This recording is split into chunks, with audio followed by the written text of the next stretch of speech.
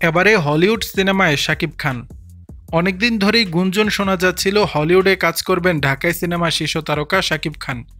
এরপর এবার ঈদে হঠাৎ করেই চাউর হয় বাংলাদেশি বংশোদ্ভূত হলিউড নির্মাতা আসিফ আকবরের সঙ্গে নতুন প্রজেক্ট করতে যাচ্ছেন তিনি। অবশেষে জানা গেল হলিউডে নতুন সিনেমা নির্মাণ করছেন বর্নিয়ার্ড, অ্যাস্ট্রো, দ্য কমান্ডো, স্মোকফিল্ডস লাংস এবং বাংলাদেশ যুক্তরাষ্ট্রের যৌথ প্রযোজনায় জনপ্রিয় স্পাই থ্রিলার মাসুদ রানা অবলম্বনে নির্মিত MR9 খ্যাত আসিফ আকবর। আর সেই সিনেমাতে প্রোটাগনিস্ট হিসেবে থাকছেন শাকিব খান, এমনটা নিশ্চিত করেছেন পরিচালক নিজেই। আসিফ আকবর জানান, এখন পাণ্ডুলিপির কাজ চলছে। ছবিটির জন্য নির্বাচিত হয়েছেন শাকিব খান। তার সঙ্গে থাকবেন দুইজন চিত্রনায়িকা, একজন বাংলাদেশ থেকে, অন্যজনকে নেওয়া হবে হলিউড থেকে। শুধু তাই নয়, খলনায়ক থাকবেন হলিউডের পরিচিত মুখ।